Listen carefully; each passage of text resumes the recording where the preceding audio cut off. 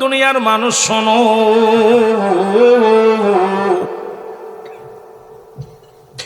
সত্তরটা তাজা উটের গায়ের চামড়া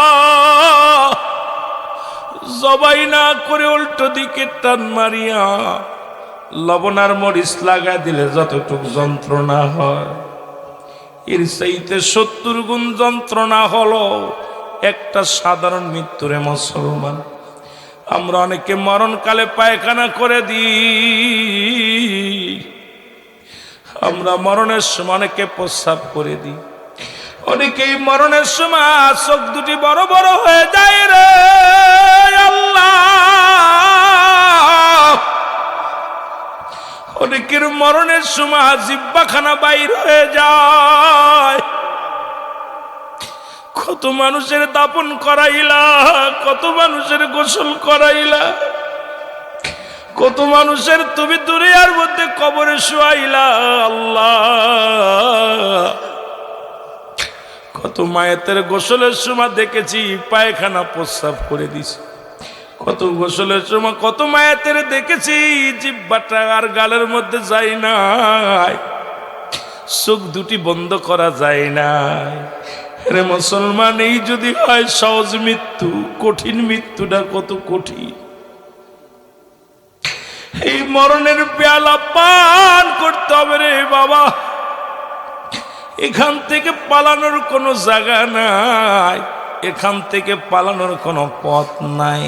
আল্লাহ ও আমার আল্লাহ, আজকের এই মাহফিলের খাতিরে আমাদের তুমি ইমানটাকে মজবুত বানায়া দিও, আমাদের মরণটা তুমি সহজ করে দিও। জোরে জোরে বলেন আল্লাহু আকবার।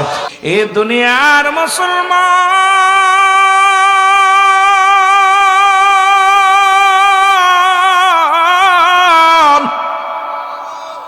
এই পৃথিবীর মধ্যে যত সৃষ্টি আছে সবই বিদায় হবে গো, একমাত্র স্রষ্টার মৃত্যু নাই, সৃষ্টির মৃত্যু আছে। ঠিক কি? স্রষ্টার মৃত্যু নাই, সৃষ্টির মৃত্যু আছে।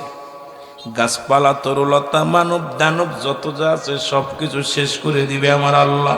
আল্লাহ কয় কুল্লু মান আলাইহা ফান, সব কিছু শেষ করবে কে? একটু জোরে চিল্লায় বলেন কে? আল্লাহ বলে দুনিয়ার মুসলমান শোনো, আমি আল্লাহ এই দুনিয়ার মধ্যে যত মাটি আল্লাহ দিছি গো, সমস্ত মাটিগুলো আমি আল্লাহ পুড়ায়া তামা বানায়া দিব।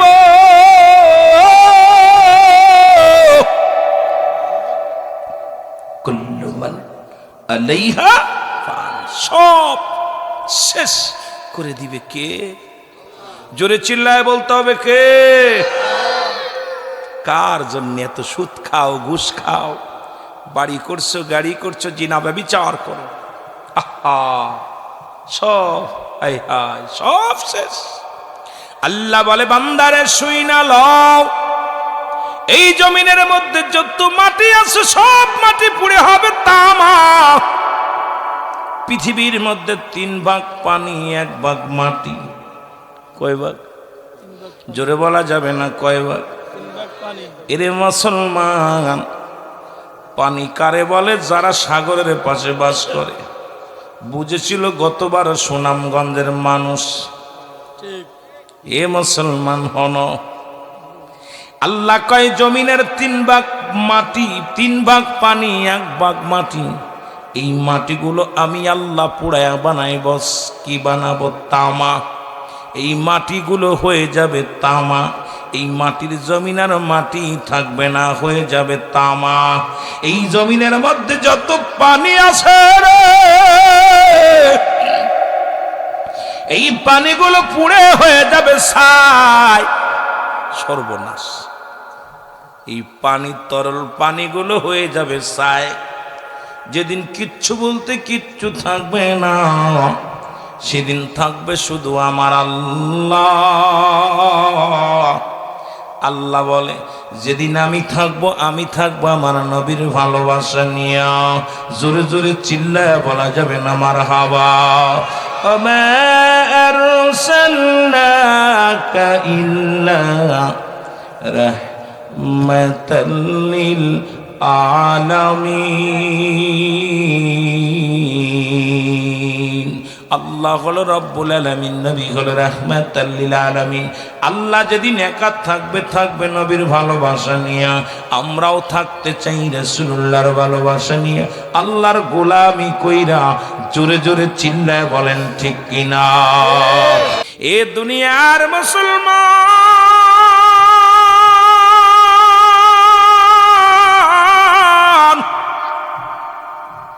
এ জীবন জীবন নয়, এমন একটা জীবন আসবে যে দেশে গেলে মানুষের বিচার হয়, যে দেশে গেলে মানুষের হিসাব হয়, যে দেশে গেলে কোনোদিন মানুষ আর ফিরে আসার সম্ভব নয়। এই দুনিয়ার মধ্যে ছিলাম না, থাকবো না।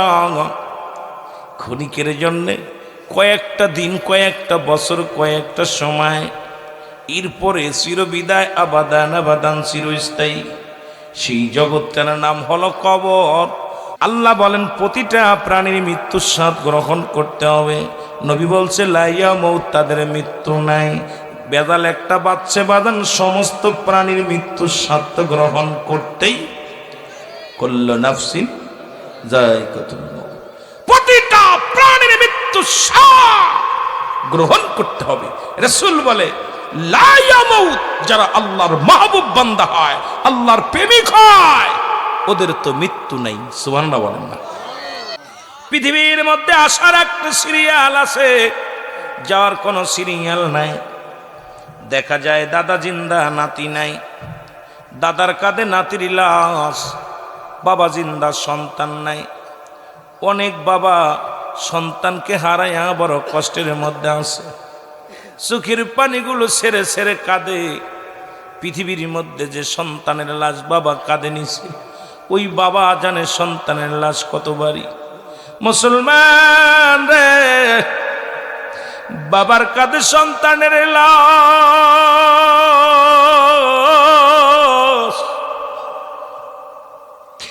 সন্তানের কাঁধে বাবার লাশ। এই পৃথিবীর মধ্যে ওই সন্তান জানে বাবার লাশটা কত ভারী, ওই বাবাই জানে সন্তানের লাশ কত ভারী। এই পৃথিবীর মায়া ছেড়ে চলে যাব রে মুসলমান, থাকার জায়গা না, থাকার সম্ভব না। পৃথিবীর মধ্যে তিনটা বিপদ। নাম্বার 1 হলো মানুষের মরণ। 1 নাম্বার মানুষের হলো মরণ। 2 নাম্বার হলো কবর। 3 নাম্বার হলো কিয়ামতের ময়দান। ও আমার আল্লাহ, ওই মৃত্যুর যন্ত্রণা আমাদের সহজ করে দিও। আল্লাহ, মৃত্যুর যন্ত্রণা আমাদের সহজ করে দিও। 2টা জায়গা মুসলমান শুনেন। একটা আমার আল্লাহ বলেন বিসমিল্লাহির রহমানির রহিম, উইদ্দাতু লিল কাফিরিন। কাফের বেঈমান মুনাফিকদের জন্য আমার আল্লাহ প্রস্তুতি করে রাখছে 7টা জাহান্নাম। এখন মৃত্যুর যন্ত্রণার আলোচনা করতে গেলে ইমানদার তো যন্ত্রণা পাবে না, যন্ত্রণা পাবে হলো বাদান বেঈমান। ইমানদারদের জন্য আমার আল্লাহ রেখে দিয়েছে একটা নয়, 2টি নয়, এই 2টা বিষয়ের উপর আলোচনা। উইদ্দাতুল মুমিনিন, আল্লাহ বলে মুমিনদের জন্য, মুত্তাকিনদের জন্য আমি আল্লাহ প্রস্তুতি করে রাখলাম গো 8টা জান্নাত। সুবহানাল্লাহ। একজনের জন্য, এক দলের জন্য আমার আল্লাহ রাখছে জান্নাত, আর এক দলের জন্য রাখছে আল্লাহ জাহান্নাম। এই জন্যই দুনিয়া ছেড়ে একবার বিদায় নাও। আজকে মৃত্যুর যন্ত্রণা, কবরের আযাব আল্লাহ যেন দয়া করে বোঝানোর তৌফিক দান করে। জোরে জোরে চিল্লায়া বলা যাবে না মারহাবা। তুমি ভাবছো কি রে মন, তুমি ভাবছ কি রে মন দিন কাটাইলা ঘুরে ফিরে করলি না আমল তুমি দিন কাটাইলা ঘুরে ফিরে করলা না আমল একটু মহব্বতে বলেন তুমি ভাবছ কি রে মন তুমি ভাবছ কি রে দিন কাটাইলা ঘুরে ফিরে করলে না আমল তুমি দিন কাটাইলা ঘুরে ফিরে দাদা গেছে বাবা গেছে কেউ না ফিরিয়া যাইছে দাদাই গেছে বাবাই গেছে কেউ না ফিরিয়া যাইছে কোন দিন জন ডাক পড়িবে কোন দিন জন ডাক পড়িবে শুইবে কবরের ভিতর তুমি ভাবছ কি রে মন তুমি ভাবছ কি রে মন দিন কাটাইলা ঘুরে ফিরে করলা না আমল তুমি ভাবছ কি রে মন তুমি এ দুনিয়ার মুসলমান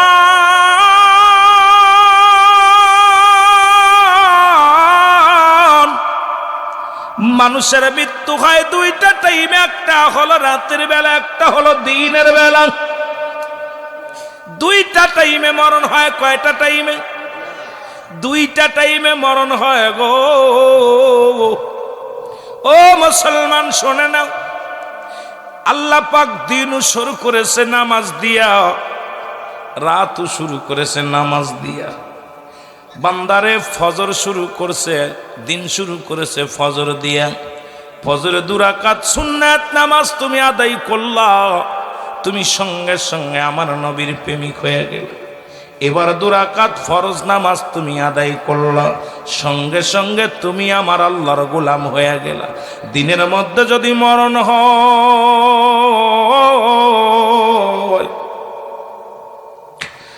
আল্লাহ দিনের মধ্যে যদি তোমার মরণ হয় আমার মরণ হয় তোমার মৃত্যুটা হবে আমার নবীর প্রেমিক আল্লাহর গোলাম জোরে জোরে চিল্লায় বলা যাবে না আল্লাহ দিনে তোমার মৃত্যু হয় না রাতে তোমার মৃত্যু হতেই পারে এর মধ্যে কোনো সন্দেহ নাই এ মুসলমান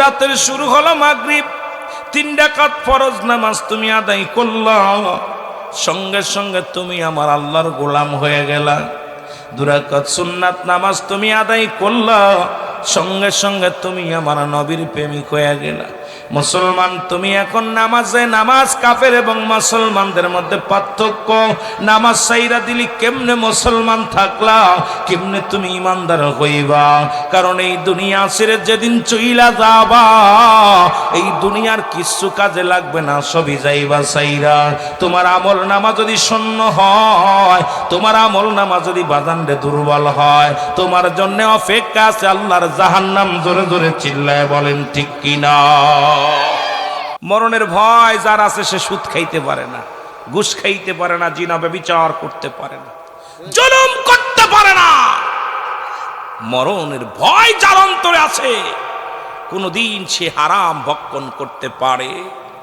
এ মুসলমান শুনে না ইমানদার শুনে নাও গো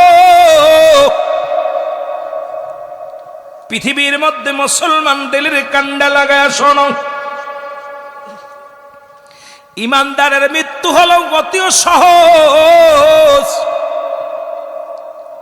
খামার যেটা বলা হয় মুসলমান শোনো আটা যেমন গুলাইয়া আটা সেদ্ধ করে রুটি বানানোর জন্য এই আটার মধ্যে রুটি বানানোর সময় ওটা কি বলে ওরে কি বলে খামার না কি বলে ওইটার মধ্যে যদি চুল পড়ে চুলটা যদি টান দিয়ে বার করা যায় অনাসে বাইর হয়ে যায় আসানের সঙ্গে বাইর হয়ে যায় দাগ থাকে না ইমানদারের মৃত্যুটা ঠিক একই রকম হবে সেই যন্ত্রণাও কিন্তু কিয়ামত পর্যন্ত গায়ের মধ্যে থাকবে জোরে জোরে চিল্লায় বলা যাবে না আল্লাহু আকবার এরে মুসলমান শুনে নাও এ মুসলমান আমার দাদারা আমার দিলের কান্ডা লাগে শোনো এই পৃথিবীর মধ্যে 4 জন নবী এখনো জিন্দা আছে গো। তাদের মধ্যে একজনের নাম হলো, পাহাড়ের দায়িত্বে যিনি আছে, নাম হলো হযরত ইলিয়াস আলাইহিস সালাম। পাহাড়ের দায়িত্বে কে আছে কথা বলা যাবে না। হযরত ইলিয়াস আলাইহিস সালাম জিন্দা আছে। একজন ব্যক্তি পানির দায়িত্বে আছে, তার নাম হলো হযরত খিজির আলাইহিস সালাম। আর একজন নবী জান্নাতের মধ্যে এখনো জীবিত আছে, ওনার নাম হলো হযরত ও মুসলমান ইদ্রিস আলাইহিস সালাম। আর একজন নবী আমার নবীর উম্মত হয়ে আসবে এই দুনিয়ার মধ্যে, সেই নবীর নাম হলো হযরত ঈসা ইবনে মরিয়ম আলাইহিস সালাম। জোরে জোরে চিল্লায় বলা যাবে না মারহাবা। কিয়ামত পর্যন্ত কোন নবী আইব না, তওবার দরজা খোলা। তবে 4 জন নবী এখনো দুনিয়ার মধ্যে জিন্দা। মারহাবা কইতেন না? মারহাবা। এ মুসলমান, এদের মধ্যে একজন নবী হযরত ইদ্রিস আলাইহিস সালাম পৃথিবীর মধ্যে মেহমান ছাড়া খানা খাইতেন না। অত্যন্ত মেহমান পাগল ছিলেন, মেহমান ছাড়া কিচ্ছু বুঝতেন না। উনিও জান্নাতের মধ্যে জীবিত আছে। ওনার রূহটা একবার বাইর করা হয়েছে, আবার তাকে জিন্দা অবস্থায় উনি জান্নাতের মধ্যে প্রবেশ করেছে। আমার আল্লাহ ডাকতে বলে, ইদ্রিস,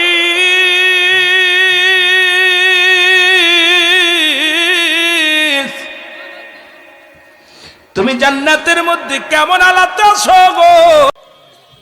ইদ্রিস আলাইহিস সালাম বলে, আল্লাহ, তোমার এই জান্নাতের অফুরন্ত ভান্ডার আমি কেমনে অস্বীকার করবো গো আল্লাহ?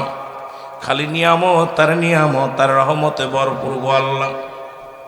তবে একটা কষ্ট, তোমার আজরাইল মনে হয় আমার সঙ্গে ভালো ব্যবহার করে নাই। আমার আল্লাহ ডাকতে বলে, আজরাইল,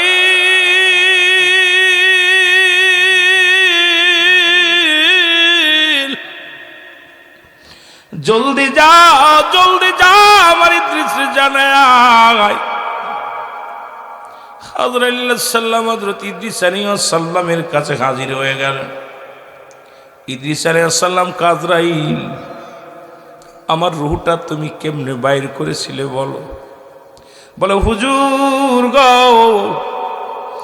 এই পৃথিবীর মধ্যে আমি এত বড় দানব,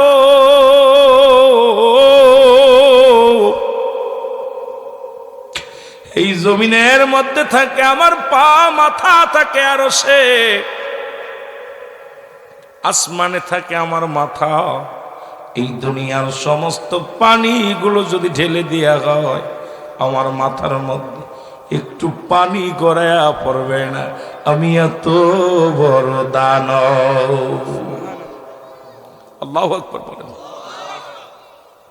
সবার জীবনে আজরাইল আলাইহিস সালাম আসবেন। ঈমানদারের কাছে আসবে, বেঈমানদের কাছে আসবে না, সরাসরি আসবে না। বেঈমানদের মুসলমান শুনে নাও, রূহটা যখন দুনিয়া থেকে বিদায় হয়ে যাবে, ও মুসলমান শুনে নেন, আমার বাজানেরা, এই রূহটা বাইর করবে আজরাইল। আসমান থেকে এমন একটা ধমক মারবে, এমন একটা চিৎকার মারবে, বেঈমানগুলোর কলিজাটা ছিদ্রটা ফেটে যাবে। কলিজা ফেটে যে কান দিয়ে রক্ত বাইর হবে, নাক দিয়ে রক্ত বাইর হবে, গাল দিয়ে রক্ত বাইর হবে, পায়খানা করে দিবে, প্রস্রাব করে দিবে, জিহ্বা বড় হয়ে যাবে, একটা অঙ্গ বেঁকা হয়ে যাবে। মুসলমান শুনে নাও, এত কঠিন যন্ত্রণা দিয়ে মৃত্যুবরণ করাবে। আমার বাবারা, দিলের কান্ডা লাগায় শুনে নাও। ইদ্রিস আলাইহিস সালাম বলে, আজরাইল, আমার রূহটা তুমি কেমনে বাইর করেছিল বলো? বলো, হুজুর, মায়ের বুকে দুধ খাইতে খাইতে সন্তান যেমনি ঘুমায়া যায়, আপনার বুকের উপরে শুধু হাতখানা রেখেছিলাম, আপনাকে কোনো কষ্ট দিই নাই, অত্যন্ত আসানে আপনার মৃত্যুটা হয়েছে। ইদ্রিস আলাইহিস সালাম ডাকতে বলে, আজরাইল রে,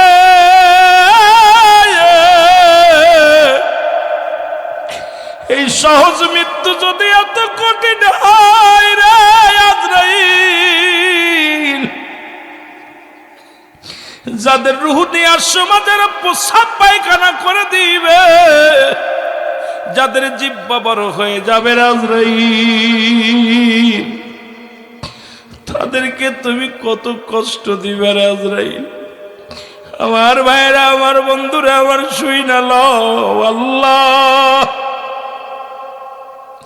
এত সহজ মৃত্যু যদি এত কঠিন হয় রে আল্লাহ, তুমি কঠিন মৃত্যুটা কত কঠিন দিবারে আল্লাহ। আল্লাহ আল্লাহ, আমাদের মরণটা তুমি সহজ করে দিও। জোরে জোরে চিল্লায় বলা যাবে না আল্লাহু আকবার। রিয়াজ না হয় কাল তুমি যাইবা কবরে, মরার পরে দেখবে চেয়ে গো তোমার সবই রইল পড়ে, মরার পরে। আরো জোরে বলেন, মরার পরে দেখবে চেয়ে গো তোমার সবই রইল পড়ে, মরার পরে দেখবে চেয়ে গো। এর ঘর করলা, বাড়ি করলা, সবই যাইবা সেরে, জমি করলা, গাড়ি করলা, সবই যাইবা সেরে, তোমার তো যাইতে হবে গো। আমার ভাইরা, আমার বন্ধুরা, আদম থেকে শুরু করে আখিরি নবী রাহমাতুল লিল আলামিন পর্যন্ত যত পৃথিবীর মধ্যে যত মাখলুকাত পৃথিবীর মধ্যে আগমন করল, এক গেছে এক আইসে, হাজার হাজার লক্ষ লক্ষ আসে, সেকেন্ডে লক্ষ লক্ষ যায়, কিন্তু আমার স্রষ্টা দুনিয়ার মধ্যে থাকবে, সৃষ্টির সব শেষ হয়ে যাবে। জোরে জোরে চিল্লায় বলেন ঠিক কিনা। এ ভাইরা, আমার বন্ধুরা, আমার শোনো, এই দুনিয়ায় কত বছর বাঁচবা? 80 বছর, 50 বছর, 100 বছর, 200 বছর, 100 বছর, 1000 বছর বাঁচব। হযরত মূসা আলাইহিস সালামের কাছে আজরাইল আগমন করছে গো। সালাম দা, আসসালামু আলাইকুম, হে আল্লাহর নবী মূসা, আপনার চলে যেতে হবে, আপনার যাবার সময় হয়ে গেছে। অনেকদিন আপনি বাঁচলেন, 1000 বছর বাঁচলেন, 900 কত বছরের জন্য মূসা আলাইহিস সালাম। শুনে নেন মুসলমান, এত বছর আপনি দুনিয়ার মধ্যে জীবিত আছেন, এখন আপনার যেতে হবে। আমার আল্লাহ পাক আপনার কাছে পাঠাইছে, চিঠি নিয়ে আইছি, আপনার চলে যেতে হবে। মূসা আলাইহিস সালাম কয়, আমি যে চলে যাব, শুনে নাও, শুনে নাও, তুমি আমার রূহটা নেওয়ার জন্য আসছো, আমার রূহটা তুমি কোন জায়গা দিয়ে নিবা? ইমানদারের কত পাওয়ার, বেঈমানদের কত পাওয়ার। ওই মৃত্যুর যন্ত্রণার ওয়াজ করলে সব বিস্তারিত বোঝা যাবে। আগে একটু দেখে আসি ইমানদারদের কথা বলতে যাইয়া, তার আগে একটু মূসা আলাইহিস সালামের জীবনের দিকে ঘুরে আসি। মূসা নবী ডাক দে বলে, আজরাইল রে, ও আজরাইল, আগে বলো তুমি কোন জায়গা দিয়ে প্রবেশ করবে আমার দেহের মধ্যে? আজরাইল বলে, হুজুর, আমি আপনার মুখ দিয়ে প্রবেশ করব, গাল দিয়ে প্রবেশ করব। কি দিয়া? জোরে বলেন, কি দিয়া? গাল দিয়ে প্রবেশ করব। আল্লাহর নবী মূসা ডাকতে বলে, আজরাইল দাঁড়াও, তুমি ভাবছো কেমন করে আমার গাল দিয়ে তোমার ঢুকতে দিব? তুমি কি ভুলে গেছো? তুমি কি জানো না, যখন আমার আল্লাহর সঙ্গে আমি দিদার করেছিলাম, আল্লাহর সঙ্গে যখন তুর পারে কথা বলতে কথাবার্তা বলেছিলাম, আমি আমার মাওলার সঙ্গে যে জবান দিয়ে কথা বলেছি, এই জবান দিয়ে কোনোদিন তোমার এই মুখে বাড়ি না, তুমি অন্য পথ অবলম্বন করো। বলে আজরাইল ডাক দে বলে, মূসা রে, তাহলে আপনার নাক দিয়ে আমি ঢুকবো, আপনার মুখ দিয়ে যদি ঢুকতে না দেন আমি নাক দিয়ে ঢুকবো। ইমানদারের কত পাওয়ার একটু খুলে বলতেছি, শুই না লও। মূসা আলাইহিস সালাম বলে, আজরাইল,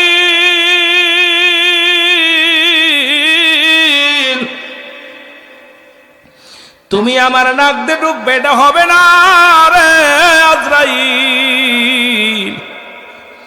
আমি যখন আমার মাওলার দিদার করেছিলাম, তখন ওই জান্নাতি ঘিরান আমার মাওলার সঙ্গে যখন পর্দার মধ্যে আমি আলাপ করেছিলাম, সুন্দর একটা ঘ্রাণ আমার নাকে আসছে, জান্নাতি ঘ্রাণ। সুতরাং আমার নাক দিয়ে তোমার আমি ঢুকতে দিতে পারি না, আমার নাক দিয়ে আমি আমার মাওলার ঘ্রাণ পেয়েছি, সুতরাং এই নাক দিয়ে আমি তোমারে ঢুকতে দিতে পারি না রে আজরাইল। আজরাইল কয় হুজুর তাহলে আপনার চোখ দিয়ে ঢুকবো। আজরাইল বলার সঙ্গে সঙ্গে নবী মুসা ডাক দিয়ে বলে, আজরাইল তুমি কি ভুলে গেছো আমি যখন তুর পাহাড়ে আমার মাওলার সঙ্গে দিদার হয় গো, আমি আমার আল্লাহর নূরের তাজাল্লি আমার এই চোখ দিয়ে দেখছি রে, আমার চোখ দিয়ে তোমারে ঢুকতে দিতে পারি না। জোরে বলেন মারহাবা। কালেমা নিয়ে চলে আসবে যখন দরজার মধ্যে, বান্দা তখন আল্লাহর জন্য পাগল হয়ে যাবে। ইমানদারের চোখ দিয়া ঢোকে, আজরাইল না হয় গাল দিয়ে ঢোকে, কারণ চোখ দিয়ে চায়া দেখে ইমানদারের বেশি মৃত্যু ঘটে। ইমানদারের রুহটা নেয় চোখ দিয়ে ঢোকে, না হলে নাক দে, না হয় গাল দে। কারণ এই পৃথিবীর মধ্যে আমার আল্লাহ তাআলা এই ফেসটা বানাইছে আল্লাহ তার কুদরতি হাত দিয়ে বান্দারের। মুসলমান পৃথিবীর মধ্যে আমার আল্লাহ অত্যন্ত ভালোবাসে বান্দারে, আদর করে বান্দারে বানাইল। এই বান্দা যখন কালেমাটা পড়বে আমার আল্লাহ বলবে, বান্দা আমার জন্য পাগল হয়ে গেছে, লা ইলাহা নাই কোনো ইলাহ ইল্লাল্লাহু কাল্লা সারা মুহাম্মাদুর রাসূলুল্লাহ সাল্লাল্লাহু আলাইহি ওয়াসাল্লাম। যেহেতু আমার বান্দা পাগল হয়ে গেছে আমার জন্য, সুতরাং ঢুকে যাও। তখন রুহটা ধরবে আস্তে আস্তে ছিনা, পায়ের বল কমে যাবে, হাতগুলো পা পড়ে যাবে, হাত পড়ে যাবে, তোমার চোখের পলক পড়ে যাবে, তোমার নিঃশ্বাসগুলো ধীরে ধীরে চলবে রে মুসলমান। রুহটা যখন ধরে নিয়ে আসবে, আস্তে আস্তে করে ধরে নিয়ে আসবে, সমস্ত অঙ্গ প্রত্যঙ্গগুলো শুকায়া যাবে তোমার বাবারা। মুসলমান দিলের কান্ডা লাগা শোনো, তখন এই রুহটা চিৎকার মেরে বলবে, আমার আপনজনেরা শোনো, আমাকে একটু সুযোগ দাও, আমার আপনজনেরা আছে তাদের দেখতে দাও। আপনজনদের ছায়া ছায়া দেখবে আপনজনেরা। আর ইমানদার কালেমা পড়তে পড়তে তার মৃত্যু হয়ে যাবে অতিও আসানে। জোরে জোরে চিল্লায়া বলা যাবে না মারহাবা। এ দুনিয়ার মুসলমান,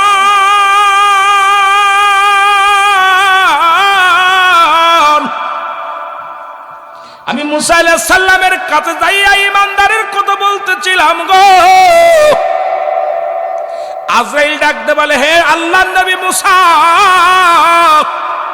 আল্লাহ আমাকে হুকুম দিছে, আমি হলাম আজরাইল, আমি তার হুকুম তালিম করব, আমার আল্লাহর হুকুম তালিম করব। আমার যে জায়গা দিচ্ছে আমি সেই জায়গাতে প্রবেশ করব, আমাকে বাধা দিতে পারবে না। মন চাইলে কান দিয়া, মন চাইলে নাক দিয়া, মন চাইলে চোখ দিয়া, মন চাইলে গাল দিয়া, আমার ইচ্ছা জমিন দিয়ে সেই জায়গাতে আমি প্রবেশ করব, তোমার রুহটা নিয়ে যাব। মুসা আলাইহিস সালাম রাগান্বিত একটু বেশি ছিলেন নবীদের ভিতরে। মুসা আলাইহিস সালাম রাগ করিয়া এত জোরে একটা থাপ্পড় লাগায় দিছে আজরাইলের গায়ের মধ্যে। থাপ্পড়টা লাগবে যাইয়া আজরাইলের চোখ মুখ যাইতে লাগছে। জোরে জোরে চিল্লায়া বলা যাবে না মারহাবা। এমন থাপ্পড় মারছে, দেখেন ইমানদারের পার কত। আমি ইমানদারদের বেঈমানদের পার দুইটা বিষয় নিয়ে আলোচনা, এরপরে কবর পর্যন্ত যেতে পারবো কি জানি না। এমন জোরে একটা থাপ্পড় মারছে, আজরাইলের চোখ দুটো উপরে গেছে, একবারে কানা হয়ে গেছে। চোখ কানা নিয়ে আজরাইল দাঁড়ায় রয়েছে এইভাবে, চোখ দুটা ধরে আজরাইল দাঁড়ায় আছে। আল্লাহ বলে, আজরাইল কিরে খবর কি? আল্লাহ তোমার নবী যে অবস্থা করছে আমার চোখ দুইটা কানা করে ফেলেছে, খুব আফসোস করে। আল্লাহ গো, আমি তো এখন চোখই দেখি না কিছু। আমার আল্লাহ কয়, কি অবস্থা? কয় আল্লাহ এখন জান নিব। কয় খবর জান নিতে, খবরদার আমার মুসার লগে কি করিস না, তেরামি করিস না। আয়, মুসার দায়িত্বটা আমি নিলাম। আমার নবী মুসা আলাইহিস সালামের রুহটা কবজ করার দায়িত্ব আমি নিলাম, দেখবো আমি, তুমি চলে আসো। আজরাইল আলাইহিস সালাম চলে গেছে, যায় আল্লাহর দরবারে কানা চোখ নিয়ে দাঁড়ায় রয়েছে একদম আল্লাহর কাছে। আল্লাহ বলে, কি রে আজরাইল খবর কি? আল্লাহ আমি তো চোখই দেখি না, চোখ দুইটা উড়াই হেলাইছে। এমন থাবর মারছে, এক থাবরে চোখ দুইটা কানা হয়ে গেছে। আল্লাহ কয়, যেহেতু পৃথিবীর মধ্যে যত নবী পাঠাইলাম, এই নবীদের মধ্যে আমার মুসা আলাইহিস সালাম একটু রাগান্বিত বেশি, মেজাজটা একটু গরম। তা আমার নবী যেহেতু তোরে মারছে, আমার নবীর ইজ্জতের খাতিরে তোর চোখ দুইটা ভালো করে দিলাম। আমার আল্লাহ তাআলা তার কুদরতির হাত দিয়ে আজরাইলের চোখ দুইটা সেরা দিছে। জোরে বলেন না সুবহানাল্লাহ। সাইরা দিয়ে আজরাইল এখন খেপছে, একটু মনে মনে রাগ। কাল্লা আমাকে হুকুম দেন, এখনই যাব আমি আজরাইল, আমি এখনই মুসা আলাইহিস সালামের রুটা বাইর করব, একটু ছেড়ে দেন না আমারে। আল্লাহ কয় ধৈর্য ধরো, আর যা লাগবে না, একবার চোখ দূরে হারাইছো, এইবার আর দরকার নাই, বহ, ধৈর্য ধরো। সুবহানাল্লাহ কইতেন, আর একটু জোরে বলেন। ওর ইমানদারের শক্তি, ইমানদারের পথ। রাত জেগে তাহাজ্জুদের নামাজ পড়ো, 5 ওয়াক্ত সালাত আদায় করো, না খেয়ে কষ্টে থাকো তবু হারাম খাও না। এদের পাওয়ার আর এই হারাম খোরের পাওয়ার এক হবে না। যিনি বলেন ঠিক কিনা? হালাল জাদার হারাম জাদা, ঠিক কিনা? ঠিক কিনা? এখন আল্লাহ পাক মুসা আলাইহিস সালামের কথা বলতেছে, মুসা বন্ধু, তুমি যতদিন তোমার এই সেটটা মেশির গায়ে যতগুলো পশম আছে, এই পরিমাণ তোমাকে হায়াত দেওয়া হলো। এই কয় হাজার বছর, কথা বুঝেননি? একটা মশির গায়ে বা একটা গাভীর গায়ে যতগুলো পশম আছে, এত 100 বছর তোমাকে হায়াত দেওয়া হলো। মুসা নবী কাল্লা, এত হায়াত? কয় হ, তুমি চাইছো এতদিন তোমাকে হায়াত দিলাম, এতক্ষণ তো হায়াত। এখন আল্লাহ বলা পর মুসা বলতেছে, আল্লাহ এরপরে কি হবে? এতদিন পরে, এতদিন হায়াত পাওয়ার পর কি হবে? বলছি এরপরে তোমার মরা লাগবে। আল্লাহু আকবার বলেন, এরপরে তোমার মরা লাগবে। মুসা কাল্লা, এইটা তো মানতে পারলাম না, মরণ যদি হবেই তাহলে এতদিন বেঁচে থেকে লাভ কি? এত কষ্ট করে ইবাদত বন্দেগী করা লাগে, আমি বুড়া হয়ে গেছি, মাজা টাজা বেঁকা হয়ে গেছে, তা আমার যদি এতদিন পরেও যদি মরা লাগে তাহলে আর বেঁচে থেকে লাভ নাই। এত কষ্ট করে খাওয়া দাওয়ার দরকার নাই, এত কষ্ট করে ইবাদত বন্দেগী করার দরকার নাই।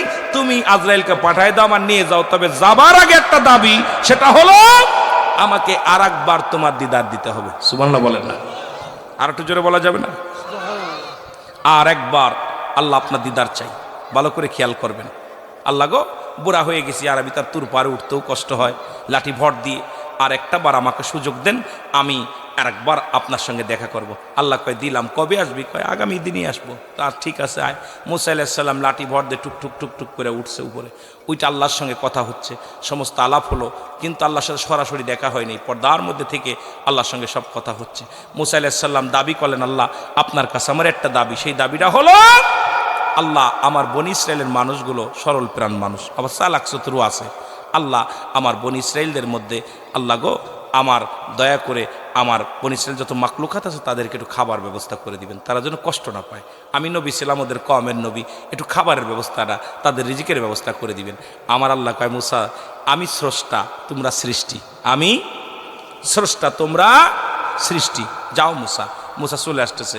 এখন আল্লাহ চিন্তা করতে, মানে কথা বলতেছে, কথা বললেন, আবার চিন্তার কথা কইলে অনেকে বেজাল বাদাইব ওয়াজটা নিয়ে, কথা বুঝেননি?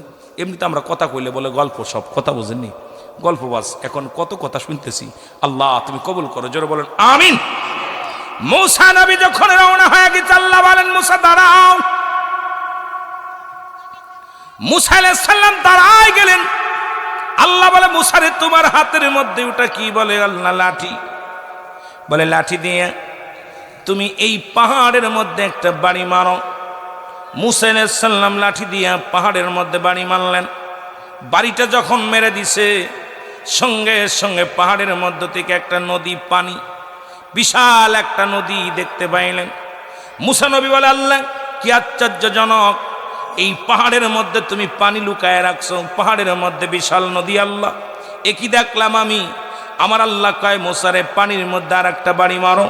পানির মধ্যে আর একটা বাড়ি মারলেন মুসা আলাইহিস সালাম।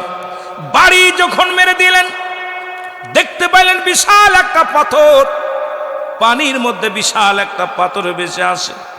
আমার আল্লাহ বলে, মুসা রে এবার তুমি কি দেখলা? বলে আল্লাহ আশ্চর্যজনক, পাহাড়ের মধ্যে বিশাল একটা, পানির মধ্যে বিশাল একটা পাথর দেখতে পায়। আমার আল্লাহ কয়, মুসা রে ওই পাথরের মধ্যে আর একটা বাড়ি মারো। পাথরের মধ্যে যখন লাঠি দিয়ে আর একটা বাড়ি মারছে, সঙ্গে সঙ্গে পাথরটা দ্বিখণ্ডিত হয়ে গেছে। ভিতর থেকে দেখলো, ভিতর থেকে একটা হরিণ তার মুখের মধ্যে তাজা ঘাস নিয়ে দাঁড়ায় আছে। জোরে জোরে চিল্লায় বলা যাবে না মারহাবা। আল্লাহ তুমি রিজিক দাতা, নাম তাই রাযাক, সব প্রাণীকে দাও গো রুজি দাও তাই খরচ। তোমার তরিত তোমার গানে জেগে ওঠে বড় বেয়ানে, বিলে জিলে মাঠে রুজি পায় যে পাখির জাক, মৌমাছিরা গুনগুনিয়ে যায় যে কাজে গান শুনিয়ে, পিঁপড়ারা পায় খুঁজে আহার কঠিন শ্রমে ময়দানে। আর আমার আল্লাহ পৃথিবীতে যত মাকলুকাত বানাইছে সব মাকলুকাতের খাবার ব্যবস্থা আমার আল্লাহ নিজেই করেছে। জোরে বলেন ঠিক কিনা? মুসা আলাইহিস সালাম বলে, আল্লাহ একই দৃশ্য আমি দেখলাম। আমার আল্লাহ বলে, মুসারে আমি হলাম স্রষ্টা, তোরা হলো সৃষ্টি। পৃথিবীর যত সৃষ্টি মাকলুকাত আছে সবগুলোর খাওয়ানোর দায়িত্ব আমি আল্লাহ। মুসারে তুমি দেখো, শুধু তোমার বনি ইসরাইলের মানুষ নয়, এই পৃথিবীর মধ্যে কোথায় ওই সাগরের, কোথায় পাহাড়ের মধ্যে নদী, নদীর মধ্যে পাথর, পাথরের মধ্যে হরিণ। মুসলমান শুনে নাও, এই হরিণটার মুখেও তাজা ঘাস দেখো। ইয়া দ্বারা কি তুমি বুঝতে পারো না সমস্ত মাকলুকাতকে আমি আল্লাহ যেখানে যে হালাতে আছে সেই হালাতে আমি আল্লাহ খাবারের ব্যবস্থা করে দিই। জোরে বলেন মারহাবা। এ মৌলানারা বোঝো, সুদ খাবা কেন, ঘুষ খাবা কেন? আল্লাহ খাওয়াইবে, ধৈর্য ধরো। হারাম খোররা, হারাম খোর দেশটা গেছে বইরা। জোরে বলেন ঠিক কি? আমার ভাইয়েরা, আমার বন্ধুরা,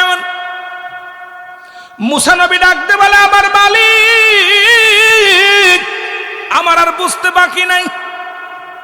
আল্লাহ গো, আপনি স্রষ্টা, আমরা সৃষ্টি, সব মাকলুকাতকে আপনি খাওয়ান, এর মধ্যে কোনো সন্দেহ নাই গো আমার মালিক। আমি চললাম। নবী মুসা রওনা হয়ে গেলেন। গায়েবী একটা সালাম আসলেন, সালামের উত্তর দিলেন মুসা আলাইহিস সালাম। সালামের উত্তর দিয়ে রওনা হয়ে গেলেন। রওনা হয়ে গেছে, যাইতে যাইতে দেখে একটা মরুপ্রান্তরে দেখে 7 জন মানুষ কবর খোঁড়ে। কয়জন? এই 7 জনের একজন মানুষ ছিল না, 7 জনই হলো ফেরেশতারা। 7 জন ব্যক্তি বইয়া বইয়া কুরামাত কুই করে কবর করে, বিশাল একটা কবর করতেছে। মুসা নবী চিন্তা করে, এলাকাতে কোনো বাড়িঘর দূর দেখা যায় না, কে মারা গেল? আমার কমের মধ্যে কে মারা গেল? বনি ইসরায়েলদের মধ্যে কে মারা গেল? আস্তে আস্তে করে ওনাদের কাছে আসলেন, এসে ডাক দে বলে, ভাই তোমরা কবর খোঁড়ো, কার কবর খুঁজতেছ? কে মারা গেছে? বলে, ভাই আমাদের মধ্যে একজন মারা যাবে, এই কবরের মধ্যে শোয়ানো হবে, মারা গেছে, তার কবর এখানে হবে, আমরা কবর খুঁজতেছি, আপনি কি শরীক হবেন? মুসা আলাইহিস সালাম বলে, হ্যাঁ আমি শরীক হব। মুসা আলাইহিস সালাম নিজেই শরীক হলেন, নিজের কবর নিজেই খুঁজলেন। ভালো করে মুখস্থ করেন, ভালো করে শুনে নেন বাবা। মুসা আলাইহিস সালাম নিজের কবরটা নিজেই খুঁজলেন, বিশাল বড় কবর খুঁজলেন। কবর খোঁজা যখন শেষ হয়ে গেল, লোকজন বলে, ভাই কবরটা তো অনেক চমৎকার হয়েছে। মুসা নবী বলে, চমৎকার হয়েছে। ওই 7 জন ফেরেশতা ডাকতে বলে, হে আল্লাহর নবী মুসা, কিছু মনে না করলে আপনি একটু কবরের মধ্যে যদি শুয়ে দেখতেন, কারণ এই কবরে যাকে শুয়াবো সে দেখতে শুনতে আপনার মতো, উঁচু লম্বা আপনার মতো, ছবি ফিরে আপনার মতো। আপনি যদি একটু কবরের মধ্যে শুইতেন, মাপটা দেখতাম, মাপটা ঠিক আছে কিনা। দেখছেন নি? 7 ফেরেশতা বলতেছে, হুজুর আপনি যদি একটু কবরের ভিতরে শুইতেন তাহলে মাপটা ঠিক করা যেত। কয় কে শোবে? কয় যে লোকটা এনে শুবে সেই লোকটা ঠিক আপনার মতোই দেখতে, এইরকম উঁচু লম্বা টাম্বা সবই আপনার মতো, একটু শুইলে হবে, আপনার মাপ হইলে ঠিক হবে তার মাপটা। মুসা আলাইহিস সালাম ফেরেশতাদের কথা শুনিয়া কবরের ভিতরে শুইলেন। কবরের ভিতরে শুইয়া ডাকতে কয়, আল্লাহ ও আমার মালিক, এ তো অত্যন্ত সুন্দর জায়গা, আল্লাহ নিলিবিলি জায়গা, এই জায়গাটা অনেক চমৎকার, কবরটা আমার পছন্দ হয়েছে। আমার আল্লাহ আজরাইল, রাত দেরি করিস না, দৌড়ায়া যা, জান্নাত থেকে একটা আপেল নিয়ে যা। জান্নাত থেকে একটা আপেল নিয়ে মুসা আলাইহিস সালামের হাতের মধ্যে দিলেন। কয়, হুজুর লন একটু শুয়ে খান। মুসা আলাইহিস সালাম হাতের মধ্যে নিছে। খুব সুন্দর তো গোড়াগড়ি করতেছে, কবরে শুয়ে এপার ওপার গোড়াগড়ি করতেছে একটু ভালো করে। আল্লাহ আজরাইল তাড়াতাড়ি যে সুযোগ আইছে আমার মুসা যখন গালের মধ্যে যখন আপেলটা কামড় দিবে ওই সুযোগে ঢুকে যাবে, দেরি করবি না। সুবহানাল্লাহ বলেন। আপেলটার মধ্যে যখন মুসা আলাইহিস সালাম কামড় দিছে, সঙ্গে সঙ্গে আজরাইল আলাইহিস সালাম সঙ্গে সঙ্গে ভিতরে প্রবেশ করেছে, রুহুটা বাইর করে নিয়ে চলে গেছে। মুসা আলাইহিস সালাম কবরের ভিতরে শুয়ে আছে। আমার আল্লাহকে এইভাবে শুলে হবে না, জিত আমার বন্ধু ছিল, উঠাও। কবর থেকে ফেরেশতারা উঠাইলেন, অসংখ্য ফেরেশতারা আসলেন। ফেরেশতারা আসিয়া মুসা আলাইহিস সালামকে কবর থেকে উঠাইলেন। আর এক ফেরেশতাকে হুকুম দিলেন, যাও তুমি জান্নাত থেকে পানি আনো, মুসা আলাইহিস সালামকে জান্নাতি পানি দিয়ে গোসল করাও। যাও জান্নাত থেকে পোশাক নিয়ে আসো, জান্নাতি কাপড় মুসা আলাইহিস সালামের গায়ের মধ্যে দেওয়া হবে। যে তুমি আমার নবী ছিল, নবীর ইজ্জতের জন্য তোমরা যাও, তোমরা দৌড়ে দাও। জান্নাত থেকে পোশাক আনা হলো, জান্নাত থেকে খুশবু আনা হলো, জান্নাত থেকে পানি আনা হলো, সুন্দরভাবে তারে গোসল করানো হলো। ফেরেশতারা জানাজা পড়লেন, ফেরেশতারা জানাজা পড়লেন। মুসা আলাইহিস সালামের জানাজায় শরীক হলেন অসংখ্য ফেরেশতারা। ফেরেশতারাই জানাজা পড়লেন, ফেরেশতারাই তারে গোসল করালেন, ফেরেশতারাই তারে জানাজা পড়লেন, ফেরেশতারাই তারে দাফন করলেন। এবার যখন দাফন শেষ হয়ে গেল, আমার আল্লাহ বলেন ফেরেশতারারে মাটিগুলো সুন্দর করে মিশিয়ে দাও, কবর উপর দিয়া উঁচু যেন থাকে না, ভালো করে নিচু করে দাও। কারণ বনি ইসরায়েলের মানুষেরা সরল প্রাণ মানুষ, আবার অনেক বজ্জাত মানুষও আছে, ঠিক কিনা? এরা আমার মুসা না করবে, আবার উঠাইবে, কেউ যেন টেন না পায় আমার মুসা শুয়ে আছে, মাটিগুলো সমান করে দাও। ফেরেশতারা মাটিগুলো সমান করে দিলেন। ও মুসলমান শুনে নাও, আজ পর্যন্ত মক্কা মদিনার কোন মানুষ বলতে পারে না মুসা আলাইহিস সালামের কবর কোনটা। তবে আন্দাজের পর যেহেতু মুসা আলাইহিস সালাম পাহাড়ে যাইতেন, তুর পাহাড়ে যাইতেন এই রাস্তা দিয়ে, ওই রাস্তার মধ্যে অনেকখানি জায়গা নিয়ে একটা মুসা আলাইহিস সালামের একটা কবর বানায় রাখছে। এখন মুসলমান শুনে লও, বলছে এটা হলো মুসা আলাইহিস সালামের কবর। মুসা আলাইহিস সালামের কবরের কোনো চিহ্নাক্ত রাখছেন না। ও আমার ভাইয়েরা সুন্দর শুনে নাও, আমার আল্লাহ তাআলা ফেরেশতা দিয়ে এগুলো করেছে। আমার নবী মুসা আলাইহিস সালামের মৃত্যুবরণ করা লাগছে, জোরে বলেন আল্লাহু আকবার। বাদশাহ ফকির হ্যায় সবকো একই ঠিকানা, বলেন বাদশাহ ফকির হ্যায় সবকো একই ঠিকানা। হয়তো ধনী মারা গেলে একটু দামি কাপড় হয়, গরিব মানুষ মারা গেলে মুসলমান একটু দুর্বল কাপড় হয়। বাচ্চার জন্য যে কবর, দড়ির জন্য সেই কবর, কবর কিন্তু কাউকে ছাড়বে না। তাই তো বাদশা সেকেন্দারে ডাক দিয়ে বলেছিল, প্রজারা শোনো, আমি যেদিন মারা যাব সেদিন আমার কাপনের ভিতর থেকে হাত দুইটা বাইরে করে রাখবা, শীত করে রাখবা হাত দুটি। প্রজারা বলতেছিল, হুজুর এটা যদি আপনার এই হাত দুখানা কাপনের বাইরে রেখে দিই, তাহলে মানুষ তো বলবে বাদশা দুনিয়ার মধ্যে কর আদায় করত, মরার পরও বাদশা মনে হয় কর চায়। বাদশা সেকেন্দার বলল, শোনো প্রজারা শোনো, আমি এত বড় বাদশা হইয়া রে আমার টাকার অভাব ছিল না, বাড়ির অভাব ছিল না, নারীর অভাব ছিল না, আমার বাইতুল মালে কোনো অভাব ছিল না। আমার প্রজারা রে তোরা শিক্ষা ল, আমি এত বড় বাদশা হইয়া শূন্য হাতে এসেছিলাম, শূন্য হাতে বিদায় হয়ে গেলাম। আমার প্রজারা যেন দুনিয়ার প্রেমে না পড়িয়া মাওলার প্রেমে পড়ে যায়। এই দুনিয়ার মধ্যে আমি প্রমাণ করে দিয়ে গেলাম, আমি বাদশার অভাব ছিল না, স্বর্ণের অভাব নাই, বাড়ির অভাব নাই, গাড়ির অভাব নাই। আমি শূন্য হাতে বিদায় নিয়ে গেলাম, যাবার বেলা আমার কেউ কিছু হাতে দেয় নাই।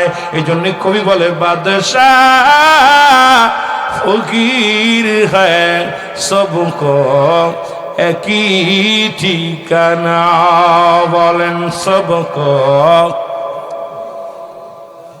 আমার ভাইরা, আমার বন্ধুরা, আমার এক নাম্বার হলো মরণ, নমরুদ, ফিরাউন, কারণ যারা দুনিয়ার মধ্যে খোদাই দাবি করেছিল, কেউ দুনিয়ার মধ্যে নাই। আপনিও থাকবেন না, আমিও থাকবো না রে মুসলমান। আজকে কার জন্য সুদ খাও, কার জন্য ঘুষ খাও, কার জন্য জিনা করো, কার জন্য ব্যভিচার করো, কার জন্য আজকে বাড়ি গাড়ি করলা? দুনিয়ার সম্পদ খাবে লোকে, তোমার দেহটা খাবে পোকে। এই দুনিয়ার সব কিছু ভাগ নেবে ছেলেরা, দুনিয়ার সম্পদের ভাগ নিবে, বাড়ির ভাগ নিবে, গাড়ির ভাগ নিবে। পাপের ভাগটা বিবি নিবে না, পাপের ভাগটা ছেলে নিবে না, পাপের ভাগটা আপনার স্ত্রী নিবে না, পাপের ভাগটা আপনার কোনো বন্ধু নেবে না। ঠিকই সম্পদের ভাগ সবাই টানাটানি করে নিবে, কিন্তু মরার পরে একবার মরে দেখেন রে মুসলমান, আপনার পাপের ভাগটা কোনো ভাই বন্ধু কেউ ভাগ নিবে না। এই দুনিয়ার সম্পদ গড়ে তোলেন, এই সম্পদ খাবে লোকে, আপনার দেহ খাবে পোকে। এমন দেহ গঠন করেন ও মুসলমান, শুনে নেন, আপনি মৃত্যুর পরে যেন আল্লাহ তাআলা আপনার এই দেহখানা পোকামাকড় দিয়ে না খাওয়ায়। ওই 28 বছর পরে লাশ পাওয়া গেল কোথায়? কুমিল্লার জমিনে। তার কাপনের কাপড় পচে নাই, গায়ের একটা পশমের ক্ষতি হয় নাই। যেমন লাশ কবরে রাখা হয়েছিল ঠিক সামনেই রয়েছে।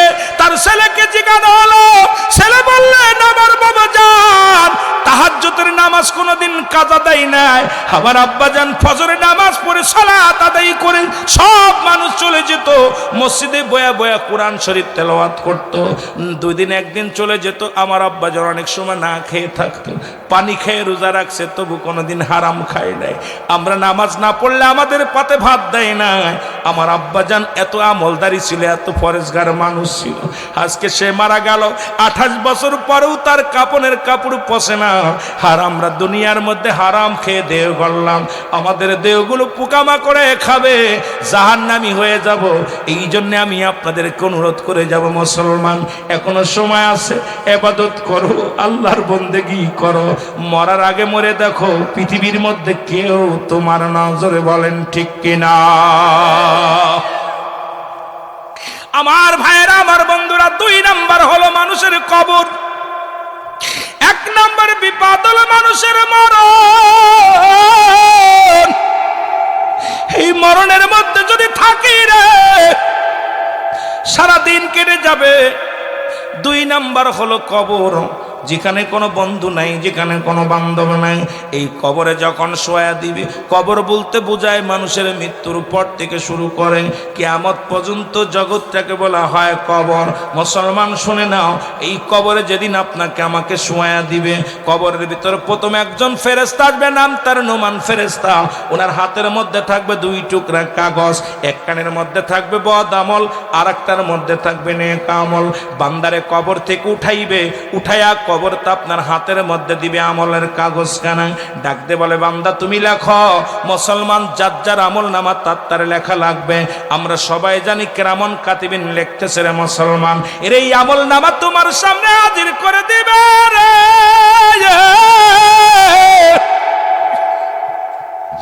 যার যার আমল নামা তার লেখা লাগবে গো। বান্দা রাতের মধ্যে যখন কাগজ খানা দিয়া দিবে, বান্দা বলবে, ও ফেরেশতা আমি লিখবো, আমি কলম পাবো কই? বলবে, বান্দা কলম তোমার ডান হাতের শাহাদাত আঙ্গুল মুবারক। আমি আপনাদের করজোরে দাবি করে যাব, এই হাতে আর চুন লাগাবেন না, এই হাতটা বড় দামি। এই হাত দিয়া চন্ড দ্বিখণ্ডিত করেছিল রাহমাতুল লিল আলামিন।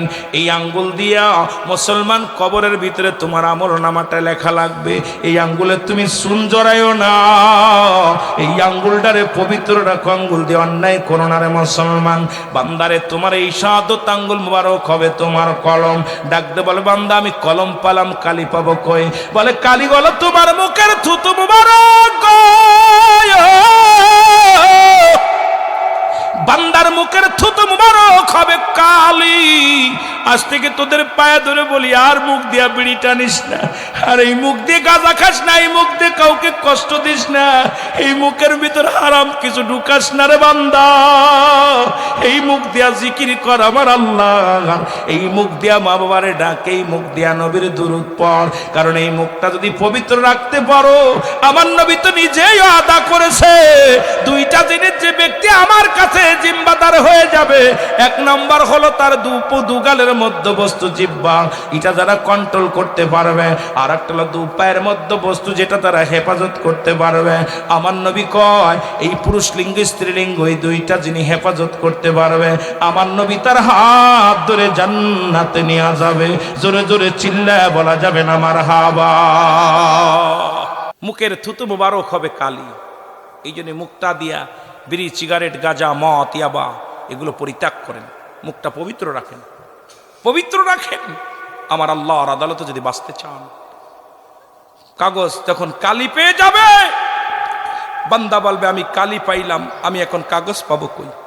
মানুষের দেহের মধ্যে 3 টুকরা কাফনের কাপড় দেওয়া হয়, কাফনের 1 টুকরা কাপড় খুলে নিবে, টান দে, খুলে নেবার বান্দাই নাও লেখো কাগজ। ওই বান্দার লেখা সেকেন্ডের মধ্যে লেখা হয়ে যাবে, সেকেন্ডের মধ্যে কম্পিউটারের মধ্যে লেখা হয়ে যাবে। এইবার আর একটা ওইটা হাত থেকে কাপড়ের কাপড়টা এইভাবে টান দিয়ে খুলে নেবে, নিয়ে আর একটা কাগজ দিবে, নাও লেখো। এবার দেখবে 80 বছর 40 বছর কোথায় জিনা করেছি, কোথায় আমি মদ খেয়েছি, কোথায় গাঁজা খেয়েছি, কোথায় নামাজ সেরেছি, কোথায় অন্যায় পথে পা বাড়াইছি, সুদ ঘুষ কোথায় খাইছি, কোন অফিসে বসে, সব কিছু সামনে হাজির হয়ে যাবে। বান্দাকে বল বান্দা লেখো, বান্দা করে জোরে দাবি করবে আমাকে লিখতে দিও না। এ কবরবাসী শোনো, যারা কবরের পুঁজি, যারা কবরে যেতে হবে যাদের, তারা শোনো, যাদের কবরের ভয় নেই তাদের শুনে লাভ নাই। এবার কবরের ভিতরে বল বান্দা লেখো, তখন বলবে আমি তো এই অন্যায়গুলো করি নাই। তখন আপনার 80 বছরের জিন্দেগিটা আমল নামাটা সামনে হাজির করবে, টান দেবে, কত সেকেন্ড, কত মিনিট, কোন মাসে, কোন তারিখে, কোন বার, কি বার ছিল, সবগুলো একদম সামনে প্লেস করবে। তখন বান্দা লজ্জায় মাথা নত করে ফেলবে, বলে বান্দা আর লজ্জা পেয়ে লাভ নেই, লেখো। তখন বান্দা দাবি করবে ইয়া সালিম আমাকে একটু নিরাপত্তা দাও, শান্তি দাও, আমি এগুলো পারবো না, আমাকে মাফ করো। তখন নিজের আমল নামাটা নিজের লেখা লাগবে। আমার ভাইরা, বন্ধুরা আমার, তখন ডান দিকের মাটিগুলো বাম দিকে চাপ দিবে, বাম দিকের মাটিগুলো ডান দিকে চাপ দিবে, উপরের মাটিগুলো নিচের দিকে চাপ দিবে, নিচের মাটিগুলো উপর দিকে, ডান দিকের হাড্ডিগুলো বাম দিকে চলে যাবে, বাম দিকের হাড্ডিগুলো ডান দিকে চলে যাবে। বান্দা চিৎকার মারবে। কবরবাসীর চিৎকার যদি দুনিয়ার মানুষ শুনতো, দুনিয়ার সব মানুষগুলি হার্ট ফেল করে মারা যেত, এত জোরে চিৎকার মারবে।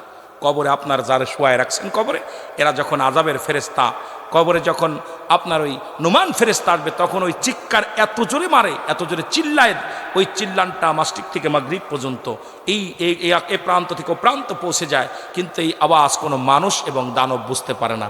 কবরবাসীর আওয়াজ, কবর বা আযাব হয়, এটা পশু পাখিতে বুঝতে পারে। আপনি বিশ্বাস না করেন, আগামীকাল আপনার আব্বা মার কবরের পাশে একটা গরু বানবেন, গরুটা বাইন্দা সুন্দর খাবার দিবেন, খাবার দিয়ে ভালো করে রশি দিয়ে বেঁধে থুইয়া আপনি একটু আড়ালে দাঁড়াবেন, আড়ালে দাঁড়াবে, দেখবেন গরুটার চোখ দিয়ে টপ টপ করে পানি ছেড়ে দিছে, গরুটা খালি টালুমালু তাকাবে আর দড়ি ছিঁড়াছিড়ি করবে। যদি কবরে আযাব হয় আপনি বুঝতে পারবেন যে আমার আব্বার কবরে আযাব হচ্ছে, আমার ভাইয়ের কবরে আযাব হচ্ছে। গরুতে বুঝতে পারে, পশুতে বুঝতে পারে, কিন্তু মানুষ আর দানবকে বুঝতে দেয় না কবরে আযাব। এই জন্য আপনি বিশ্বাস না করলে আগামীকাল পরীক্ষা করে তারপর আমার ফোন দিবেন, রুহুল আমিন ভাই আমি তো পরীক্ষা করেছিলাম। একটু আড়ালে দাঁড়াবেন, আড়ালে খালি ওই গরুটার আড়ালে দাঁড়ায় দেবেন, ওই গরুটা ঘাস খাবে, গালের ভিতর ঘাস নেবে, খেয়ার নেবে, আরও তাড়াতাড়ি খালি টালুমালু তাকাবে আর দড়ি ছিঁড়াছিড়ি করে, রশি ছিঁড়াছিড়ি করবে, কারণ কবরের ভিতরে এত ভয়ঙ্কর আযাব হয়। এ মুসলমান শোনো, ওই কবরে ওই রকম আপনাকে যতক্ষণ পর্যন্ত লেখা হবে না, নুমান ফেরেশতা এক একটা গর্জন মারবে, শত শত গজ মাটির নিচে চলে যাবে, আবার তাকে উত্তোলন করা হবে, এই আপনার হাত দিয়ে লেখানো হবে। লেখানো পর সব যখন মারতে মারতে আপনাকে কঙ্কাল বানায় এমন অবস্থা করবে, এরপরে নুমান ফেরেশতা ওই কবরের ভিতরে আপনার ওই কাগজখানা, ওই কাফনের কাপড়টা গলার ভিতরে লটকায় থুয়ে চলে যাবে, আর দুঃখিত বলবে হায় হায় আফসোস বান্দা, 80 বছর জিন্দেগি পালি, 50 বছর জিন্দেগি পালি, কিন্তু ইবাদত করতে পারিস না, আফসোস তোর জন্য জাহান্নাম। ওই যে আমি বললাম ও ইদ্দাতুল কাফিরিন, কাফের বেঈমান মুনাফিকদের জন্য প্রস্তুত করা আছে 7টা জাহান্নাম। ওই 7টা জাহান্নামের দরজা খুলে দিবে, সাপ বিচ্ছুগুলো কবরের দিকে আসা শুরু হবে, কবরের সেই আগুনগুলো তেরে আসবে, সাপগুলো তেরে আসবে, বিচ্ছুগুলো তেরে আসবে। তখন এই রকম কিয়ামত পর্যন্ত ওই কবরের আপনার আযাবের মধ্যে থাকতে হবে। আর চিৎকার, আর এই দুনিয়ার কার বন্দেগী বন্ধ হয়ে যাবে। সব 3টা জিনিস থাকবে, একটা হলো সদকায়ে জারিয়া, একটা হলো নেককার সন্তান, আর একটা হলো নেক আমল।